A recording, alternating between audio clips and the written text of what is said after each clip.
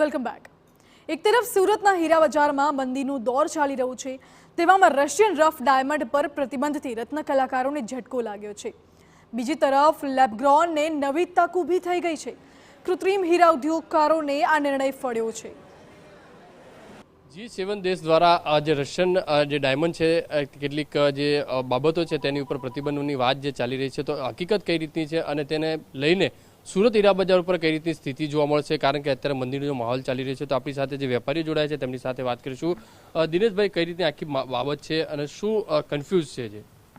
Ukraine અને રશિયાના યુદ્ધની શરૂઆત પછી તરત અમેરિકા જેવા અલગ અલગ કન્ટ્રી ઉપર આર્થિક બેન લાદતું જ એ પ્રમાણે રશિયા ઉપર પણ એની આર્થિક પ્રતિબંધો લાદેલા, પરંતુ હમણાં G7 દેશે પણ રશિયન રફ ઉપર બેન લાવવાની એમની જે કમિટી છે એમાં ઠરાવ મૂક્યો છે। પરંતુ એના એક પોઝિટિવ બાબત એ છે કે ભારત સરકારની રજૂઆત અને gems and jewellery export promotion કાઉન્સિલની રજૂઆતના કારણે +1 કેરેટની ઉપર પ્રતિબંધ છે અને ખાસ કરીને રશિયન રફ છે એ પટલી સાઇઝની અંદર ખૂબ મોટું પ્રોડક્શન છે અને આ પટલી સાઇઝની અંદર સૌરાષ્ટ્ર અને ઉત્તર ગુજરાતના ગામડાઓની અંદર એનું મેન્યુફેક્ચરિંગ થતું હોય છે। થોડી રાહત છે, મુશ્કેલી ચોક્કસ છે। એક બાજુ મંદીનો માહોલ ચાલી રહ્યો છે, અત્યારે દિવાળી બાદ બી પણ હજી કારખાના નથી ખુલ્યા, શું અસર થઈ શકે આવનારી દિવસે, માર્કેટ કઈ રીતે જઈ શકે છે? પટલા રફની જો આયાત એમના ચાલુ રહેશે તો મેઇનલી આપણે વધારેમાં વધારે લેબર આપણે પટલી રફમાં કારીગરોને આપી શકીએ છીએ।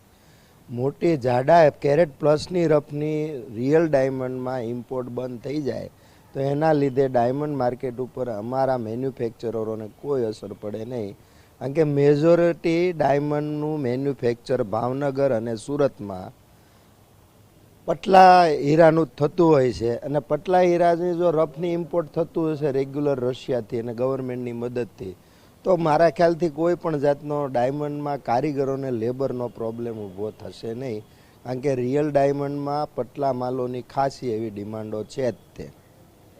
દિનેશભાઈ, અત્યારે મંદીનો માહોલ છે, તો આવનારા દિવસની અંદર માર્કેટ કઈ સ્થિતિમાં જઈ શકે? શું આ જ રીતે ચાલશે કે થોડો સુધારો આવી શકે છે? મંદીનો છેલ્લા 1.5 વર્ષથી માહોલ તો હતો જ, ખાસ કરીને સોલિટર માલ નહોતો ચાલતો છેલ્લા 2 વર્ષથી, એની અંદર હજી પણ મુશ્કેલી છે। પરંતુ ઇન્ટરનેશનલ માર્કેટની અંદર ને ડોમેસ્ટિક માર્કેટની અંદર પટલી સાઇઝના માલની size wise, colour wise, purity wise તો ધીરે ધીરે એની મુવમેન્ટ તો છે જ, પરંતુ આ રશિયાનું જે અને G7 દેશ દ્વારા જે કંઈક થોડું પોઝિટિવ નિર્ણય લેવામાં આવ્યો છે એના કારણે હું ચોક્કસ માનું છું કે પટલી સાઇઝની જો આયાત ઇમ્પોર્ટ લોકોને કરવા દેવામાં આવશે તો ચોક્કસ આ મુશ્કેલી હળવી થશે અને પટલી સાઇઝોની અંદર ડિમાન્ડ છે, તો મંદીના માહોલની અંદર પણ થોડું આશાનું કિરણ હોય એવું દેખાઈ રહ્યું છે। જે રીતે વેપારીઓ માની રહ્યા છે તે પ્રમાણે કે પટલી સાઇઝની જો ડિમાન્ડ જે આ રીતે રફ આવશે માર્કેટની અંદર, તો કદાચ જે કારખાના છે તે ધીરે ધીરે શરૂ થઈ શકે છે, પણ હજુ 1 મહિનો આ રીતની સ્થિતિ છે તે માર્કેટની અંદર જોવા મળશે। કેમેરામેન સંજય ચંદ્ર સાથે બલદુ સુથાર, TV9 સુરત।